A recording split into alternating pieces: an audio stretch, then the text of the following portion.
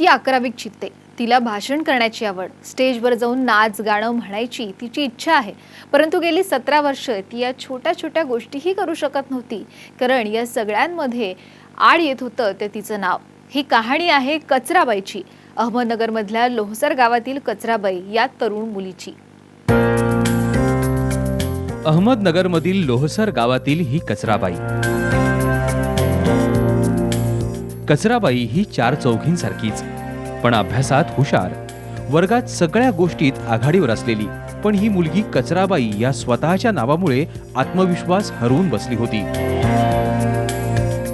जेव्हा मी आता 5वी 6वीला तिकडे गेले शाळेमध्ये, मोठ्या शाळेमध्ये, म्हणजे तेव्हा मग मुलीला चिडवायचे असे नाव, आणि काही पण नाव घ्यायचे ते बरोबर वाटत ना. आता 11वीला ना, तेव्हा पण तसंच वाटतं, असं वाटायचं नाव बदलून टाकावं, असं चिडवायचे, काही पण बोलायचे अशा. कचराबाई हे नाव तिला चिकटलं होतं ते तिच्या जन्मापासून. लेकरं जगत नव्हते तेव्हा ठुलेले सासूनी 1 वर्षाची असताना ठुलेले. मात्र या तरुणीची घुसमट तनिष्का आणि साम टीव्हीचे अहमदनगर इथले प्रतिनिधी लैलेश बारगजे यांना कळली, आणि मग या मुलीला सन्मानानं जगण्याची एक संधी देण्यासाठी तनिष्का व्यासपीठामार्फत गावकरी आणि सकाळच्या नगर आवृत्तीचे निवासी संपादक बाळ बोठे यांनी पुढाकार घेतला. आता हिचं कचराबाई नाव बदलून कचऱ्यातून पालवी फुटते म्हणून हिचं नाव पालवी ठेवायचं असा आम्ही निर्णय घेतला, आणि त्याला तुमच्या टाळ्यांची साथ पाहिजे. सगळ्यांनी हात वर करून टाळ्या वाजवा, म्हणजे आमचं होकार समजून. आज या कचराबाई गीतेचं नाव बदललंय. तिचं नवं नाव झालंय पालवी गीते.